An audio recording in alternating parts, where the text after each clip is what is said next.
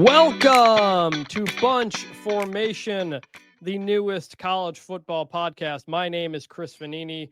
We want to wish everybody an early happy 4th of July weekend. Hope you're out there with the family, maybe on a lake or doing something, enjoying the weekend. He is David Ubben. Guys, a wise person once told me that this weekend will be the last weekend that some Americans have all 10 fingers. Don't let it be you. Don't let it be you. By the way, we are joined by a very special guest. It's been a long time coming. You can probably see him, Ari Wasserman. Ari, you once friend, now foe, now chief rival. I wake up every morning with Ari's face on my wall. I'm just looking to beat the Ari and Andy show. No, Ari, welcome to the show. Feels good to be back. I thought you were going to introduce it as Until Saturday. Can I ask you guys a question before we get into football? You know how everybody makes that joke about like the fingers and like how people are going to lose their fingers? Mm-hmm. Like, where do the people even acquire the fireworks that are powerful enough to actually hurt you? Because if you held a black cat, that would be plenty to do. I know, but like, damage. Are those even like legal? Can you buy? Where do you buy those? There's tents and stuff. There's lots. Do you not see the shops Ari around the area here in Dallas? Do you ever see those on the side of the road? I just figure that they're like selling like little kid stuff. Like, I don't know. Like, no, it's real stuff. I mean, it's not like weapons grade explosives, but if you had a solid, not the little water dynamite like the little firecrackers, but like, you know, like a bigger black cat, and you didn't throw it in time, or someone threw it at you. Never been a bottle rocket fight guy. I don't get that at all. I'm not going to fight with bottle rockets, but a lot of people did this back in the day. I don't get that. I'm not that adventurous. You know, call me weak, whatever. But I'm not into it. I've never lit a firecracker before, but I don't understand the point of. I haven't either. Like the little ones, like either do it big or don't do it. Like, and I've never found a place to buy. I was at Home Depot trying to do something buy something to do at my house, which is my worst nightmare. And I saw like a pack for $34.99. I'm like, who's paying $34.99 for all these little firecrackers? Like, what are we doing? My dad went through a stage. He doesn't do it as much anymore, but pretty much from the time I was like 12 until I like went to college, where he was buying the like big $250 kit, like the shells that come with the tube, and it looks like professional fireworks, except you like light it off. How have you guys never lit a? What are you talking about? What is happening? I grew up in suburban Detroit. Ari's from Scottsdale. I don't know. You growing up in Arkansas had something to do with it. Yeah, I mean, like when I grew up, like lighting fireworks was like a literal like safety hazard for the community. Yeah. So, like, it wasn't like as popular for me. I mean, you're like aware of what's going on in California. I don't want to derail your podcast, but like that's like lighting firecrackers in Scottsdale and it like landing in the desert somewhere like could like create a huge fire. I have conservatively lit over 1,000 firecrackers. Any sort of in my lifetime. That's like, a lot of firecrackers, dude. Well, that's a lot for every year. Did your town have a fireworks show? Because that's what we just did. We just went to the one in town. Kinda, but we just bought a bunch, and like until I was in like 6th grade, we lived on like 7 acres, so we had like a bunch of land, and we would like shoot it out there. But we always had like a place we could go to like shoot stuff. So you guys ever played with like water dynamite, where you have firecrackers and throw in a pond? Chris and Dave. I feel like I grew up in an alternate dimension from you guys. I just wanted to remind you guys what it felt like to podcast with me, because we're 4 minutes in and we haven't even said the word football, and I just wanted it to feel like normal. So I don't want to derail your show. Uniquely talented at unearthing insane facts from people, like the fact that I'm doing a podcast with people who've never lit a firecracker before. That's insane. I mean, I think it's more insane to have lit 1,000. On the scale we would do a bunch of firecrackers, and then the next morning I'd have to go in the yard and like clean up all the stuff, and this is fascinating. No, I've never. Also, the previous episode, Ari, that Ubben went on like a 7-minute rant about Blippi and at a baseball game. So we are getting a little bit off track with the start of these shows, but it's good to see you. For those who don't know, Ari Wasserman with On3, with the Andy and Ari podcast, our former coworker at the Athletic, our friend. Yes, Ari and I live near each other, and we hang out at the mall every couple of weeks in the off season, which is fun. So We need to go golfing at some point. And Ari, you're going to need to come up here soon and bring your daughter to see the puppies. I will. They are 5 weeks old now. Yeah. I'll do that. It's been a while since I've been up there. Sounds like a good time. So what do we have today, boys? Let's talk about football. Let's make people for folks, go to the show notes for the timestamps and everything on the show. If you want us to hear anything, send us feedback to bunchformationpod@gmail.com. Bunch Formation on all the social media, Twitter, Instagram, all that stuff. Send in a 5-star review. We will read it on the show. Bunch Formation, like bunch of firecracker amateurs over here. Anyway. I know, no kidding. So we're going to talk about a couple things here with Ari. We're going to talk about Jeremiah Smith, the Ohio State wide receiver who guaranteed victory over Michigan for the rest of his career. We're going to talk about something that is near and dear to Ari's heart, which is the college football playoff and the potential further expansion, and what Big Ten Commissioner Tony Petitti said about that the other day. And I think we're going to put all that in the Say What segment. So we're going to go back to that. I'd like to know where Lou Holtz is right now. And we're going to start with Jeremiah Smith, who talked to the Athletics, our colleague Manny Navarro, about numerous things. Among them, the Michigan game, to which he said, quote, "I'm not a sore loser, but I hate losing, and losing to that team up north was pretty crazy. In the end, I think it really helped us play the way we did in the playoffs, but I didn't want to go to Ohio State and lose to that team up north. I just hate them, just something about them. For the next 2 years, I promise you, I will not lose to them. I can't lose to them in the next 2 years." We've had some awesome quotes from players these last couple of weeks, like shout out to the agents guaranteeing wins and talking trash about former teammates. I love this. Ubben, start with you. We'll get to Ari. Ari wrote a column about this for On3, but Ubben, first reaction when you saw this? My first reaction is that I would pay a lot of money to conduct a dramatic reading of these quotes in Ryan Day's office to Ryan Day for the first time. That would be very funny to me. I mean, as if there wasn't already enough pressure on this thing. I think I'm not going to ding a guy for honesty, and I think he feels that way, and I'm sure he does. I think functionally and pragmatically, I don't know that it was the wisest move, even for a player of Jeremiah Smith's caliber. It's just there's so much pressure already on that game. You've added another additional amount of pressure that I don't know necessarily ups your percentages of winning that game. But, you know, Ari, you're the authority on this rivalry. We'll get into that in a little bit. I mean, what did you make of Jeremiah Smith going out on a limb like this, the best player, I think, in college football coming into this season? Yeah. You know, you guys know I covered this rivalry for a decade of my life. And somebody pops off every offseason about it at some point, whether it's a recruit or a player or a coach or somebody says something.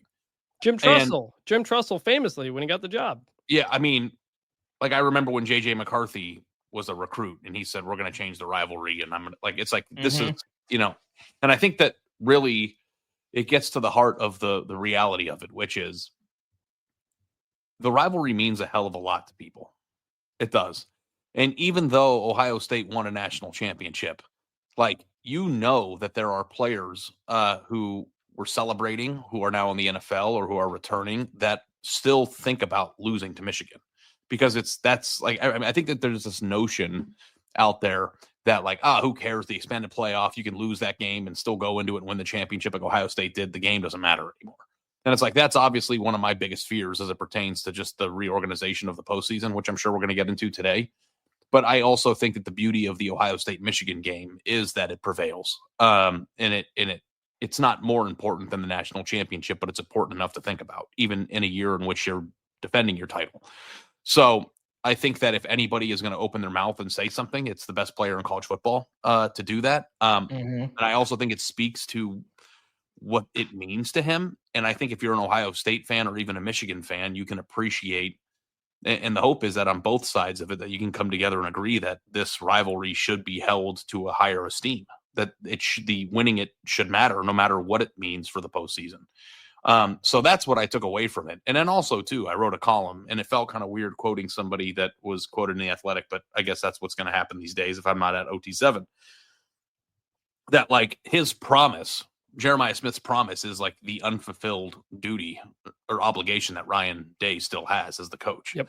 Because I think that like everybody, and maybe this is the right thing, is like, oh, he won the national championship and he won all 4 of those games in the postseason, that he's like completely absolved of any criticism. And that might be the case to the most part because, you don't win those games, win the national title without righting a lot of wrongs.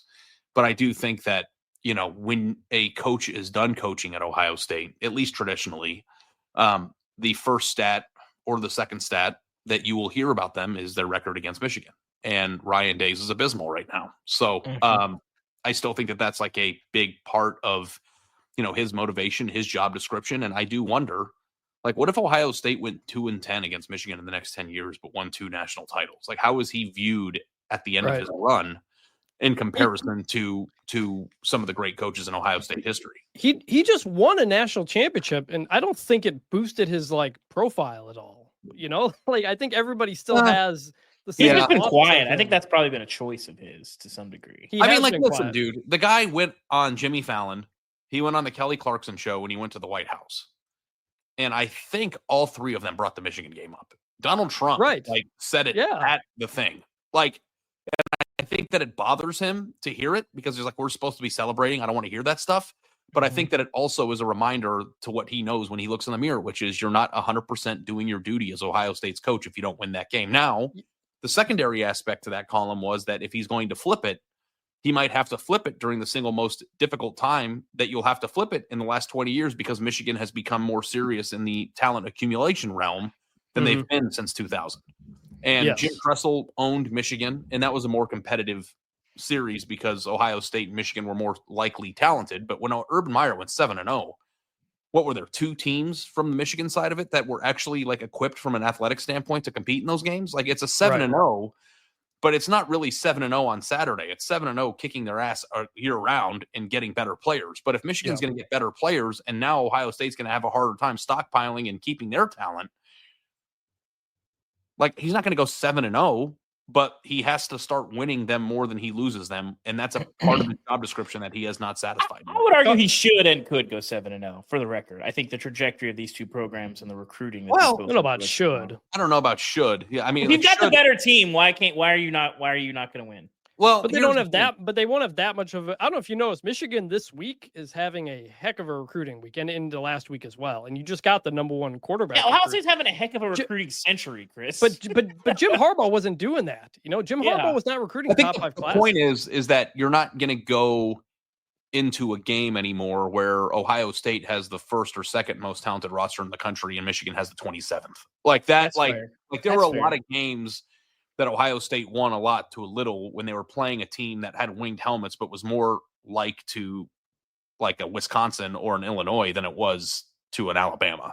And like, I don't know what Michigan's trajectory is. There's a new coach and Jim Harbaugh's gone, and what he did was remarkable, but it's gone.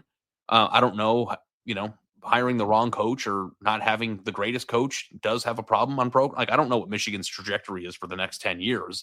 What I do know is that they seem to be financially committed to winning at a level that they weren't financially committed to before. And if that matriculates into getting Bryce Underwood and 6 other top 100 players in a given cycle year over year, Ohio State might have a talent advantage, but it's not going to be a game that isn't really a game like it was in the past. Like, I wrote a column after the 2020 season from Ann Arbor, or was it 2019? I think it was 19 because they didn't play in 20 and they haven't won since. That like Urban Meyer killed the rivalry. It was so lopsided in 2019 from a trajectory standpoint, a talent accumulation standpoint, that like Ohio State was more worried about Clemson than it was about Michigan. So like the fact that we're back in this restored order of a rivalry existing, I think is good for the sport. And now I hope that the guidelines and playoff structure doesn't ruin it, but I hope that it will prevail regardless of what happens. Can we play a quick game here? Good idea, bad idea. I have 2 ideas. Okay. First off, if you're Ohio State's strength staff, I don't know if they make pepper spray air fresheners. Maybe you have to have actual pepper spray, but just have the distinct odor in the weight room from the post game on the field at your home field. Just, nobody says anything. Just every time you walk in, it smells like the 5 minutes after you got embarrassed by Michigan. Good idea, bad idea.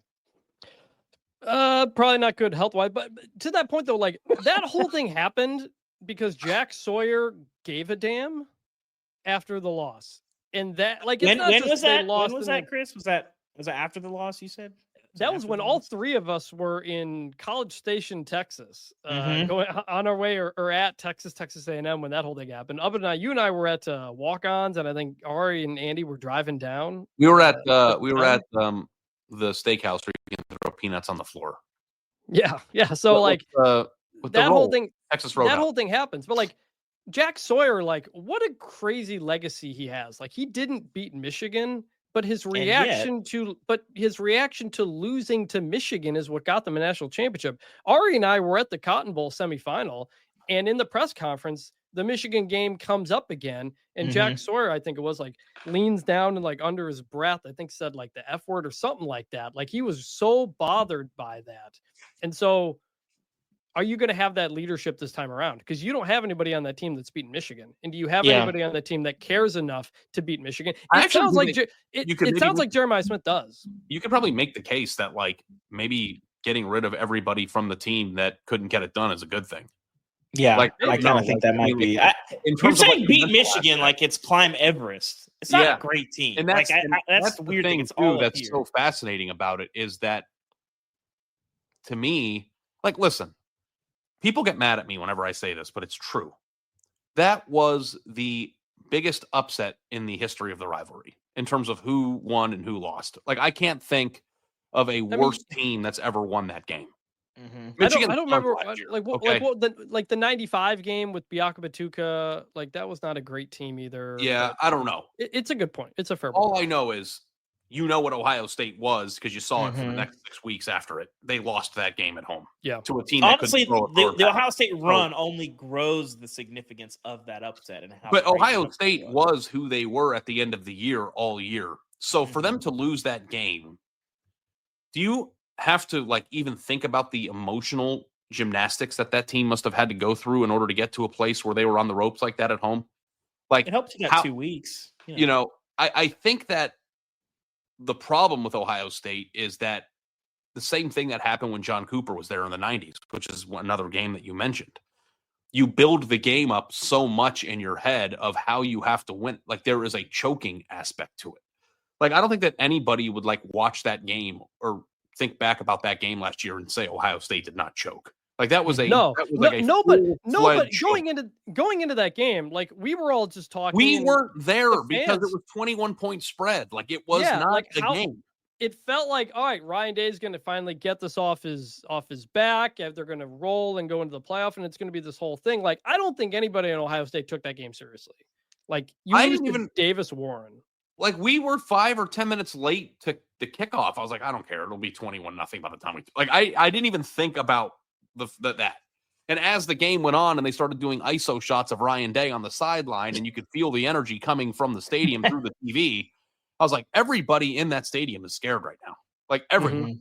And then you start playing scared and you play to not make mistakes and you don't play your own game and you run into their only strength over and over and over again and like overthink the entire thing. So like, to me, my theory is that they won the national title and Ryan Day, now doesn't have to like guard his house with police officers and might be able to like go into that game a little bit more level-headed, a little bit less tense, and with some new players that aren't tormented by some of the past results and actually just play Ohio State football, and it should be fine. But guys, we don't know how, like, I think that what Michigan is going to be this year is one of the biggest questions. Like, I'm with you, Dave. Like, if they went 6-6, I don't think that would be surprising. But they don't play Oregon, they don't play Penn State. If they're 10-2 average, if they're 10-2 going into that game at home with a chance to go to the Big Ten championship, it's on the road and they're playing Bryce Underwood, who will have 12 games under his belt.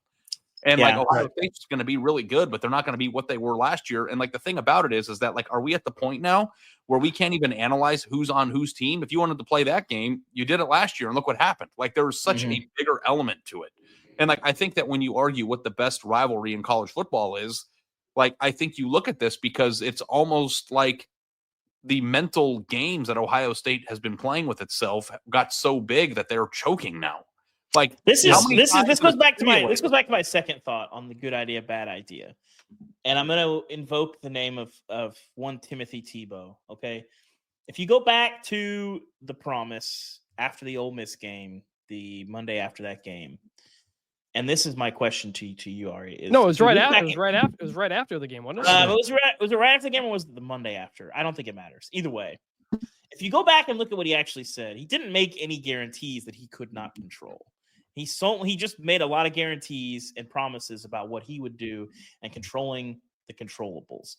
Not to get into the coach speak, not to get into that, but I wonder, and I'm sure Ryan Day feels this way, I'm wondering from a pragmatic point of view, Ari, if you're Jeremiah Smith, does it not serve you maybe a little bit more to talk about this rivalry and this loss in a way that, like, well, what if you have 3 offensive linemen that are out for the season and, Julian Sayin, throws out his shoulder in week 8 or whatever? Like, there's a lot of ways they could lose. There's a lot of ways you could lose this game that, like, I think those things hurt your legacy as a player and most importantly, undercut the ability to beat Michigan. Good idea or bad idea? If Jeremiah Smith rephrases that in a way that is more Ohio State focused, it doesn't matter what he says or doesn't say. Yes, I don't think. Yes, it does. Not in this game. Does. Yes, it does, Chris. I think you have added an immense amount of pressure in. There is no more pressure that can be added. There is no more pressure that can be added than by losing the last 4. I don't know. I think you can add more pressure, and you've already shown that you did not handle the pressure of that game very well. And I think ultimately you've probably made it slightly harder. There's no excuses for not winning that game. Michigan just won the game. I agree with you, but it's a mental thing. And now you've wound those strands a little bit tighter, and I don't know that you want that. Ohio State came into the game the last 2 years. If you think about the game, Jeremiah wasn't on campus yet. The game 2 years ago when the cheating scandal was happening, Ryan Day was playing them at home. They had lost 2 in a row. Playoff spot, Big Ten championship on the line. Michigan is Michigan a better team. Michigan. I'm not done yet. You'll see where I'm going. Michigan went all in, knowing that the NCAA was sniffing down its neck to win a national championship. They gave the bird to the NCAA, said we're playing these games. If you think about all the things that were at stake in that game, like in terms of off the field storylines on top of the hatred between the two, I don't know that you could even create in a lab a cocktail that's more intense in terms of mind games on that one. And like, I also look at Jeremiah Smith, and like, I think that when we look back in 20 years, he might be one of the 5 best receivers that ever walked the face of the earth. Like, I don't know. I don't know if I would look back at like July 1st or whatever, when that story ran, and go, man, but can you remember when he guaranteed? He's just talking confidently. Like, what else do you want him to say? And like the thing that I told him what else to say. Talk about things that you can control. Listen, that's boring. First off, that's boring. I'm glad he gave Manny a good quote. I recognize it's boring. I recognize from a media perspective that it's not particularly what we would be looking. So Andy always says this to me, guys. Mm-hmm. We're reporters and columnists, and we are in the business of wanting to draw or receive interesting thoughts and quotes. So when somebody gives it to us, we shouldn't discourage them from doing it, right?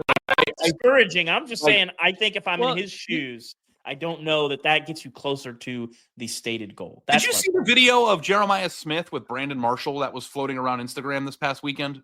Where Jeremiah Smith showed Brandon Marshall, the former NFL receiver, his bank account, and Brandon Marshall goes, he has more than me. Like, it was like he was laughing. Like, Jeremiah Smith will be fine. I'm sure he will. But no amount of money can fix your legacy if you lose again in this round. It does. He already has a national title. His legacy is intact. He's fine. A lot of guarantees don't happen, and we don't remember them.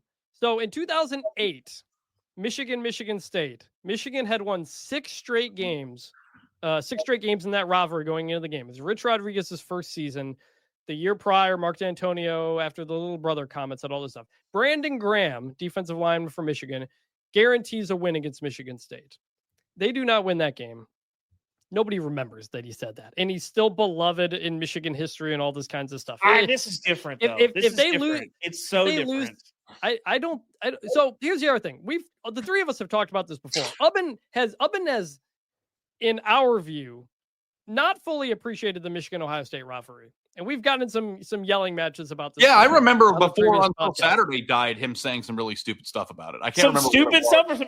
I said, and now that it's crazy, the scenario actually happened. I said, Ari, if there are Ohio State fans who would rather beat Michigan and not win a national title, they are insane and they have lost the plot. I don't think they're. Well, now we've had it. Ari, do you think that there are Ohio State fans wearing the scarlet and gray, wherever they may be, saying, man, I really wish we had beaten Michigan, but then lost to whoever they would have played? Yes, I think there are people out there that would have rather beat Michigan and lost in the playoffs. And those people are well-adjusted, seeing the world through here's the thing that's lenses. so interesting. And I've made this mistake a lot as a podcaster in my life, like telling people how to view it. Like I tried to do that, and that doesn't go well for me no matter what. And the thing too is just like, the reason why college football is so amazing is because people will tell you stories about like remembering the Ohio State Michigan game from 1961 from their front porch. And it's just like, you don't tell those people like how what's important to them, and I think that the thing that is interesting, and maybe the reason why I have perspective on it that maybe you guys don't, having not lived it, is that it is the most important thing to most people. Like, I think that 90% of Ohio State fans probably have adapted to the championship era, the playoff era, and said, hey, I'll take a national championship over winning the Michigan game 100 times out of 100. But there is probably a 15 or 10% segment of the fan base that views the championship as not perfect or fractured in a way, because for the rest of their lives, they will look back at this season and remember one of the single greatest upsets in the history of the rivalry and the choke job that happened at home. And of course, the subsequent actions on the field that, happened. Mm-hmm. So like the whole point of liking sports is to be able to talk shit to your friends and to like hold over victorious things, in like your trophy case and like every time Ohio State like claims their championship for the rest of time this year, they will have to hear from Michigan fans, well, we beat you. You guys are soft and you don't know how, like, that's not a pure champion. Like, it's crazy. It almost happened twice in 3 years. And Ohio State had a placard. I don't know if it's still there on Lane Avenue. After the 2014 national title that said undisputed. And like people took great pride in that because they won the title. They won it in the playoffs. They beat Bama on the way. They beat Oregon and the Heisman winners. Like, no one's going to say anything to us. And if Virginia, other than Virginia Tech, who cares? Nobody's going to be undefeated, but it's Virginia Tech. No one cares. Not that Virginia Tech isn't a good program, but like they're not. And it was. They're not. They're not interacting with Ohio State fans. Yes. Ohio State fans are acting like it's not as important anymore. Or like, if you like actually like look at the discourse on Twitter from Michigan and Ohio State fan, like they're talking about each other constantly, and it's because they're obsessed with it. Like, and I think the thing that you make mistakes with, Dave, is that you look at it from a rational standpoint from 1,000 feet, and I don't think that you appreciate how much it matters to people. Like, I think that like when you say, well, those people are insane for not wanting a championship, it's like, yeah, well, maybe that might be the case because winning the national title is hard and the best thing you can get. But like, that also removed yourself from understanding the depth in which people care about it. And a lot of us, it won't be the situation for the future, but us in the I grew up a Michigan fan in Michigan. All that mattered was winning that game and winning the Big Ten and winning the Rose Bowl. Like national championship was, Michigan had to beat Ohio State to get to the Rose Bowl. Like that was the only way to do that. This was the format that it always was. Like, where losing that game didn't ruin your season for 100 years, then maybe we would think about it differently. And I think that part of the reason why it's so important to people has been ingrained into your DNA for a century, that if you lose the game, your skulls are dead. And maybe in 50 years, it won't be the same because all the generations of people and fans that are still on Earth will never remember a time in which losing to them mattered. But like, I also think too, the fact that we even have to have this discussion is an illustration of why expanding the playoff even more is stupid. Like, I just that sounds like a good segue. Yeah. I'm just saying, like, I did that for you, but like, it like sucks because like, if I have to have a discussion on a college football podcast about how much the Michigan game does or should matter, then what are we doing? Like, as a sport, like that is the dumbest thing in the world to me. It's why the first time we went through, we had this argument after Georgia, Alabama last year too, which was, in the moment, nobody, like when you're on that field, when you're in that stadium in the regular season, at least not yet, you're not thinking about the playoff and what it means. Nobody from Ohio State last year came out of that thinking like, well, we're fine. We're in the playoff. They wanted to fire the coach and they were going to the playoff. And so I hope even in an expanded playoff form, we still have that. And so that takes us into... what's going to suck is when Michigan beats Ohio State or Ohio State beats Michigan the first time, then they play each other in the playoff, and the team that lost the first one wins the second one. Like, which has happened. Which has happened with Alabama, Georgia a couple of times in the SEC championship and the national championship. It bothers me too, because like everybody always says, well, Alabama lost to Auburn and won the title and no one cares. It's like, is that true? Does no one care in Alabama and in Auburn? And if they don't, then that's an illustration that the rivalry isn't as good as Ohio State, Michigan. Like, that's insane. I've brought that point up to you to say that the idea that can happen is already here. It wasn't expanding to 12. It was expanding to 4 that ended up doing that, or creating the 14 playoff. But so to Big Ten Commissioner Tony Petitti, he finally talked on the record about his idea for a 4-4-2-2-1 whatever playoff model. 4 automatic bids for the Big Ten and the SEC each, 2 for the ACC, 2 for the Big 12, and then some leftover spots for everybody else. And this was important that he finally talked about this, because SEC meetings last month or in March or whenever that was, that really kind of blew up where things were. The SEC and the Big Ten, the ADs, they thought they were on the same page. And now we're kind of back to square one. And so Tony Petitti is now at least making his case publicly for why he thinks this matters. Among the reasons, he said, this is a quote that really bothered me, but he says, quote, the idea being you make play-in tournaments as well. You get 4 automatic bids. You do the play-in tournament. Maybe your top 6 teams compete for those 4 spots. And he says, quote, it just is a way to also normalize your conference schedule, because it really is hard to sometimes tell the difference among our own teams. A lot of times they don't play each other, end quote. And he's right. And that's the problem. That's why expanding to 18 and 16 team conferences was a problem and blew this whole thing up. So it's like the Big Ten, the SEC are always trying to find solutions for the problems that they themselves created. And this quote can probably apply to Indiana, who, going into the year, they played Michigan and Washington. They played for the national championship the year prior. Those looked like they were going to be tough games. Turned out they weren't. So wanted to talk about this. It was good timing too, because last time Ari and I were at the mall, we're in the food court eating, and we start just kind of going back and forth about the playoff. And I go, we should just do this on the podcast. We have yelled at each other in an open space in a mall multiple times about the playoff. I was fine with going to 12. I don't want to go any more than 12. But Ari, we've talked about the possible 16 team playoff on this podcast. You on our show have not. What do you generally think about this whole idea? First of all, I wanted to say that like you and I have definitely screamed at each other about the 12-team playoff, and that like actually living through it, there are certain things about it that I think are better for the sport. Like I think that the Cam Scattaboo like story arc is one that we would not have experienced had it been a 4-team era, because people wouldn't have cared. I do think that like players like Cam Scattaboo deserve to be remembered and to have their story. I came around on certain aspects of it. But part of the reason why I was so vehemently against the 12 to begin with is because I knew it wasn't the end game either. Like I knew that when we went to 12, it was only going to get worse.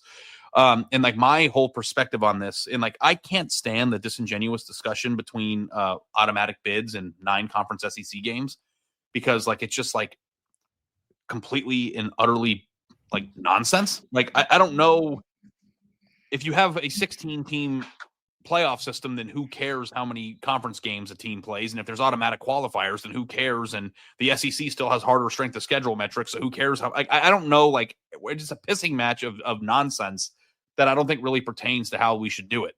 The thing I don't understand is if we go to 16 without 4 automatic qualifiers from the Big Ten and the SEC, then why are we expanding again? Like I don't understand the further expansion to begin with. I thought that the further expansion was to ensure that the SEC and the Big Ten got 8 of the spots, and then it allowed more room for at-larges and the 2 automatic qualifiers from the Big 12 and the ACC. But if they don't go to that plan, and they just do 16 best, you're just further watering down.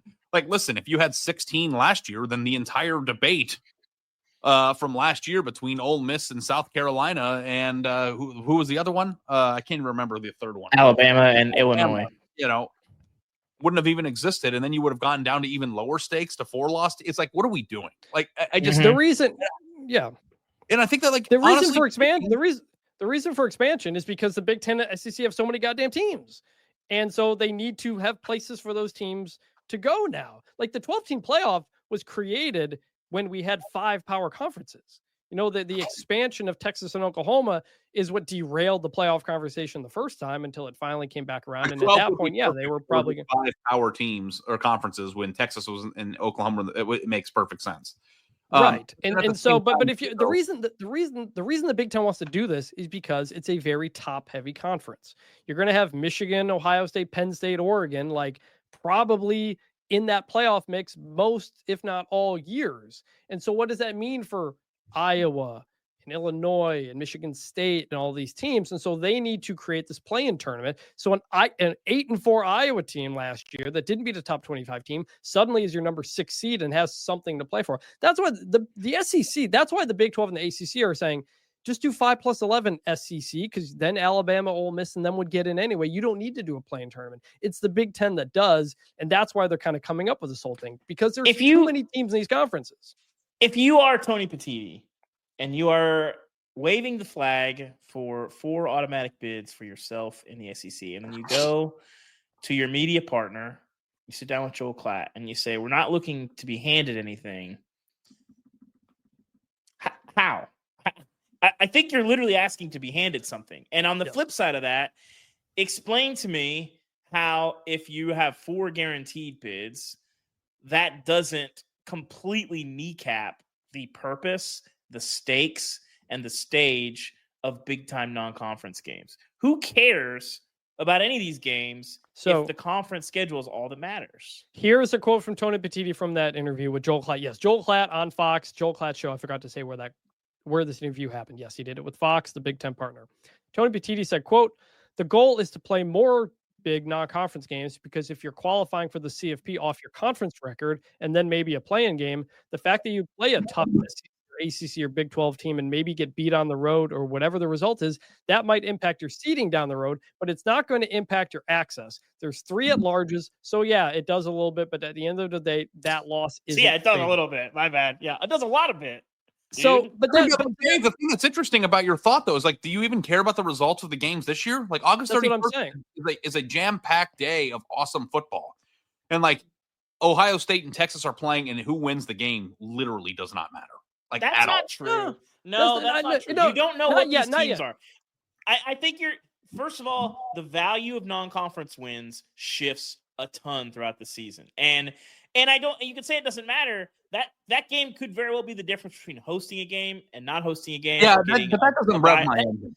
That doesn't. It doesn't rev your engine, but it does matter, and it does affect your path to the title. It's not the same stakes that it would have been in the past. I'm with you on that. Wait. But this is the trade-off that we made with the 12-team playoff. If whoever loses that Texas-Ohio State game, they are instantly behind the 8 ball. They are not out of it. But you can afford probably 1 more loss the entire rest of the season. What they do every year for the past 20 years already. No. That's what they always have done. Like, what do you have you watched Texas football recently, Ari? It's not a but if you go to 16 and you're only qualifying based on your conference record, then that game means almost nothing. I know. Yeah, I know.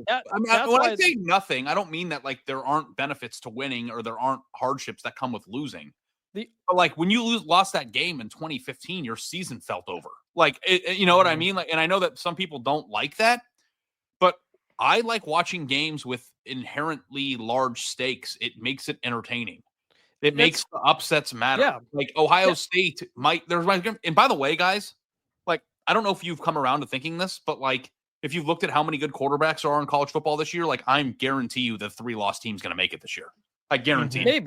But in the 16 team, we will get 3-loss teams. But what I'm saying is we're close to a 3-loss team making it in the 12-team era. So if you're telling me that if Ohio State loses to Texas, that they can't lose 2 more times, like, oh my God, Ohio State hasn't had a 3-loss season in the regular season since 2012 when half their team was suspended. Like they don't lose 3 games. Like, so like maybe it matters to like middle tier teams like Virginia Tech or whatever. Not kind of picking on Virginia Tech in this, but they're teams that might lose 3 games. But when it comes to like Ohio State and teams like that like in Georgia, they're not going to lose 4 times. It does not matter to them. Their season doesn't matter. But that's what I'm talking about. The 16-team proposal here. This is why it's a problem. Ohio State and Texas, and that's in that case, you're literally only playing for seeding. If your conference record is what gets you in, then the non-conference game means nothing. And so they've made this big push. Both Greg Sankey, the SEC, and the Big Ten have kind of talked about, well, non-conference games is the reason why we need to make conference records the reason you get in. Because, yes, Nebraska backed out of the Tennessee game, although that was a little bit different because they're doing their stadium. And USC may back out of the Notre Dame game. That's a problem. And Greg Sankey is telling the SEC schools, don't back out of these big non-conference games. We only have Texas, Ohio State this year and all these other games because they went to 12. That was the whole point. I feel like everybody forgets what non-conference schedules, 10 years ago used to look like. It's like 4 times in the non-conference since 2000, haven't they? Like, this isn't like I feel like they've played a lot. Like, Ohio State had a big marquee non-conference game in like 8 of the last 10 years. Like, right. You don't need to go to 16 teams automatic bids to do that. Like, and that's why schools they knew they were going to get some mulligans in the 12-team playoff, and attendance was not great. And you had to have bigger games because fans are suddenly not always showing up to your games. Having bigger games is better for the fan experience because you want to watch good teams play great teams and vice versa. But if you strip the meaning of the results of them, then how big are they? Like, it's like that's the thing that I can't get over. And maybe it's an NFL game. Then it's an NFL game, which to me, I don't get fired up for NFL Sunday like other people do. Because to me, non-gambling reasons, I'm like, as a weirdly as a Detroit Lions fan, now that they're like good, when they lose a game, I'm like, all right, they got more chances. I don't go into like, oh, we got to win this game, because you don't feel that way. And college football is very much, I don't think we're there yet, but they're very much teetering on that. Where the games feel like nothing. When you walk into a big game and it's cold outside and you're wearing your backpack and you're walking into a game that's between number 4 and number 6 or number 1 and number 3, and whoever loses season's over and whoever wins is going to, go win the conference or go to the championship or the playoff or, whatever system in the 4-team. And like the ground is like rumbling, the energy of college football at its finest, where the stakes are the highest and it's win or go home, eat or be eaten. Like, that is the peak of college football. And we will only ever get that environment now in the college football playoff. And for a lot of people who were anti-playoff to begin with, have now gotten to a point where they have stripped the spirit of the sport away in order to preserve more spots for that postseason games that, by the way, are going to be half blowouts anyway. So, like, I feel like Chris, the 16-team thing is making you feel like the 12-team what made me feel, where it's unnecessary. Like, I actually think that, like, if we really wanted to strip it back, you would go 8 and do power conference champ, automatic bid, and then 4 at-larges. And then that's it, so that all these games mattered. And I like having playoff games in October. I like having playoff games in November. I like Ohio State, Michigan being a playoff game. And I don't understand this notion, and I never will understand that notion that, like, we get more. I think that's a misnomer. I think that's fairy dust. We don't get more. We get it reverted back to the end. Ari, quick question for you. Well, not a quick question. You, in my life at least, I don't, I listen to what people say, but you have been my life's foremost playoff expansion hater. Where if we threw 1 year of the 12 team, obviously there are going to be some changes this year with straight seeding. Did you feel like and I don't mean this as like a pointed question. I truly am asking it straight. Did you feel like you enjoyed the 2024 college football season less than you did, the average season in the rest of your life watching college football? I mean, the whole season or just the regular season? The whole season. I mean, the whole thing. The whole thing. Did you feel like you enjoyed college football less in the first year of the new era than you did in the 14 playoff era, the BCS era, and if it goes back to 97, the bowl? Here's the hardest part I have. The Federation era. I love college football more than anything, and I watch it with other entertainment sources. I like betting on the games and doing it from that standpoint. The thing I will say that I missed is that gut punch feeling on Saturdays in October, where you're writing a column about a team that's devastated. Like, that was gone. Like, I even wrote a column about Vanderbilt and they beat Alabama, and it's like, well, this is unfortunate, but Bama is still very much alive to win the SEC. And the pure emotion that came, and I wonder too, like how this will impact podcast numbers. But it's like, our best shows of the week, even back when we were at the Athletic, were traditionally Saturday night shows. And I think part of the reason why is people want the genuine raw emotion that comes with the stakes of the results of the games. And if a fan loses a game or his team loses a game and he views it the way a Detroit Lions fan does, which is, oh, well, we'll get them next time. Or, oh, well, we have 9 other chances to make it right. Your connection to the regular season diminished greatly. So, I mean, I guess that's a good question. I thought that the postseason was awesome because it was cool to see the results, but also the person in me that understands the sport knows that all those matchups for the most part were, I guess like if Clemson, I'm sorry, if Texas would have lost to ASU, this whole thing would go out the window. But like, do we have to play Boise, Penn State? Like, was that necessary? Like, I just here's my counter to this is that we've lived it, and we've experienced it. I'll give you the exact example of the game that I'm talking about.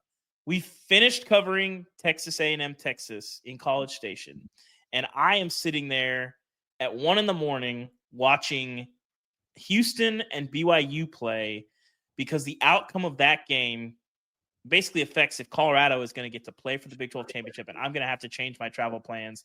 And instead of covering the SEC championship, I'm going to go to the Big 12 and cover like Dion playing for a spot in the playoff. I loved that a lot of teams going into the last couple months or couple weeks of the season, still had a shot to get in the field. And I felt like that at that trade-off, I was good with it because yes, you're right. Those big time games, the stakes were lowered, but what we did, and it's exactly what I thought was going to happen, is we drained some of the stakes from those games and spread it to more games and the upset in November. Too. And I like forget that. about the loss of the impact of the upset too. So yes, you, me, and Andy were together at the Buffalo Wild Wings in Ypsilanti as we watched Northern Illinois beat Notre Dame. Yeah, and we talked about that at the time. Like, is this the end for Notre Dame? We like in the moment. I don't know if we felt like it diminished it all that much, especially with the way Thomas Hammock was acting afterward. But the fact that Notre Dame goes on all the way to the championship game, like, the next time around, maybe we won't quite feel the same about that. But on the other hand, go that night by chance? I don't. Probably, yeah. I think, yeah. I said Notre Dame's still going to make the playoff that night. Oh, I was on that boat too. Yes. Yeah. So, but then the other part of it is, yeah, the three of us were there for Texas A&M. Winner of that game is going to the SEC championship. Texas A&M still had a path to the playoff at that point, and I think that added a little extra juice to the game as well. But I will say, for as much as I think that's what we're forgetting is we're so much focused on the Ohio State Michigan thing because of all the things we've talked about. But for what it took from that rivalry game, it did add a lot of juice to another rivalry game. The 12-team playoff did, and that, like Chris said, A&M had a path. A&M was playing for its playoff life, and its season did end at the hands of its rival on its home field after a 13-year absence, and that added a lot of juice to that game. So I don't disagree that there are portions that are never going to be the same, but I think we're going to see stakes and we're going to see games be better than they've ever been and more relevant than they've ever been because of the 12-team playoff. That game, by the way, I like that trade. Incredibly disappointing, I thought. Yeah, it's kind of sad. That was my first time at College Station, and I thought the crowd, although the mass of the stadium was unlike anything I've ever seen, the crowd wasn't even into it because it was just a boring game where it felt like a bully putting their hand on a little kid who was swinging, and like there was nothing, like it was juice at all. And I understand that, but like I just don't want you and people, not just you, but people in general who are pro expansion to throw more at pro expansion. Okay, with the new more. That's what it is. More. Here's the thing. I don't want more. I'm an 18 playoff guy. I've been that way for a long time. Is there anybody who's a fan who likes this auto bid thing? I have seen some Ohio State people like it, but this isn't like when there was a good debate about going to 12. Is there a real debate about going to 16 among fans, or is there a single fan people don't want it? Is there a single? So that's the thing that bothers me too. Is there a single fan that likes that the Pac-12 doesn't exist anymore? None of the changes that are being made to the sport right now are for the fans' benefit. Like, and that's the thing that's like, so like when people like me, and you, Chris, have been very, outwardly against how stupid the expansion has been. But like, I also understand too that the college football playoff is a byproduct for people to line their pockets, and all these benefits that you're trying to sell me are just like the consolation prize for them messing with the system. So like, the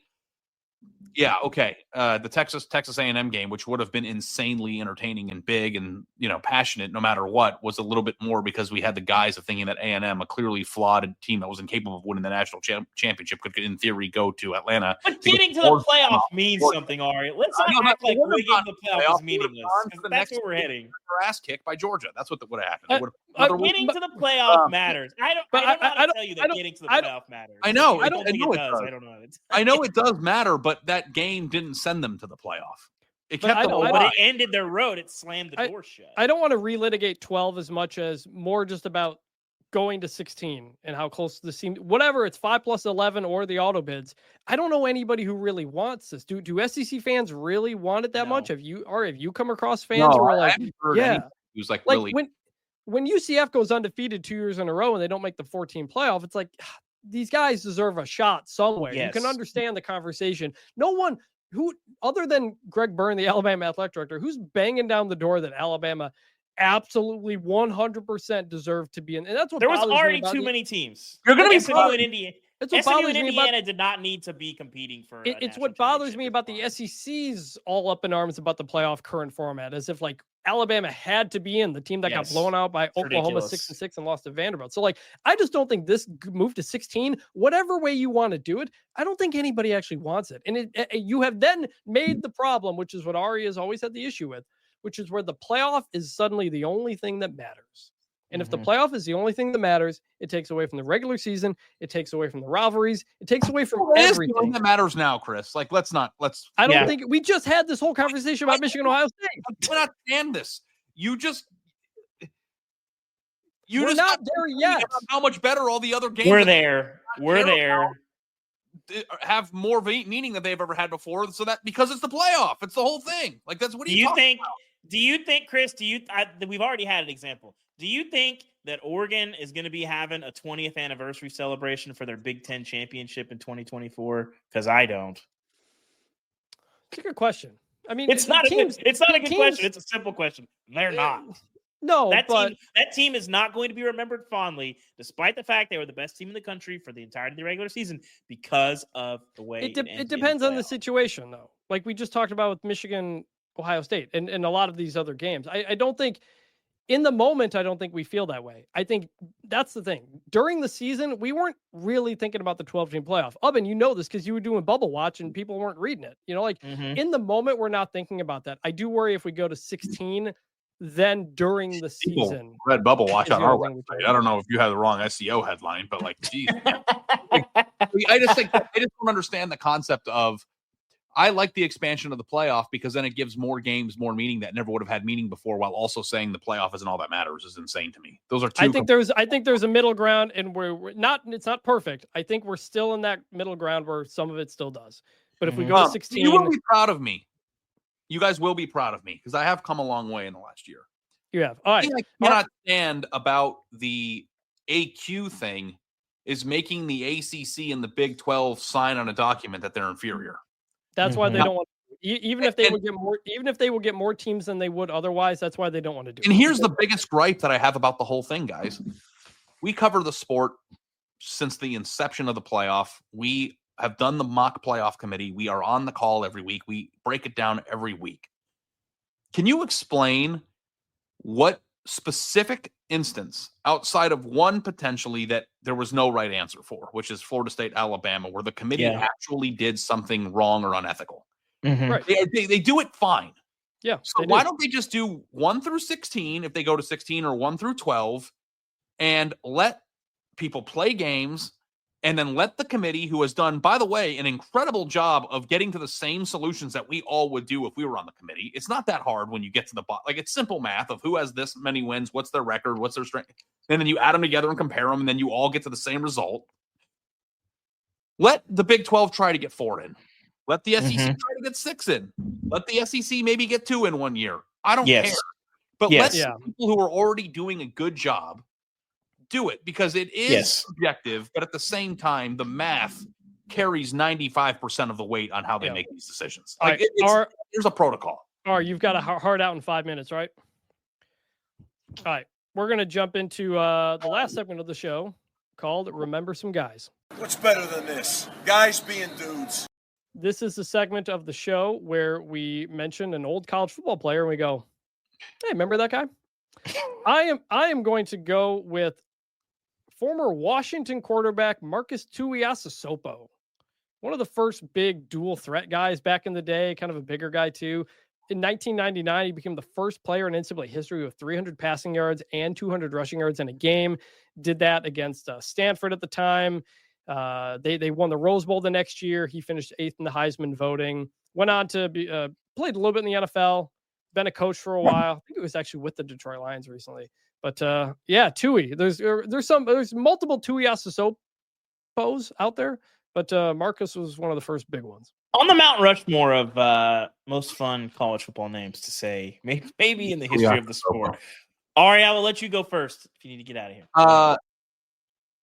I'm doing this in honor of Chris, but the person who popped into my head when you brought it up immediately was Jeff Smoker, the former Michigan State quarterback who like shattered all of Michigan State's passing records. Definitely remember Jeff Smoker. And then also too, like got suspended for substance abuse while also having the single greatest last name a quarterback could ever possibly have.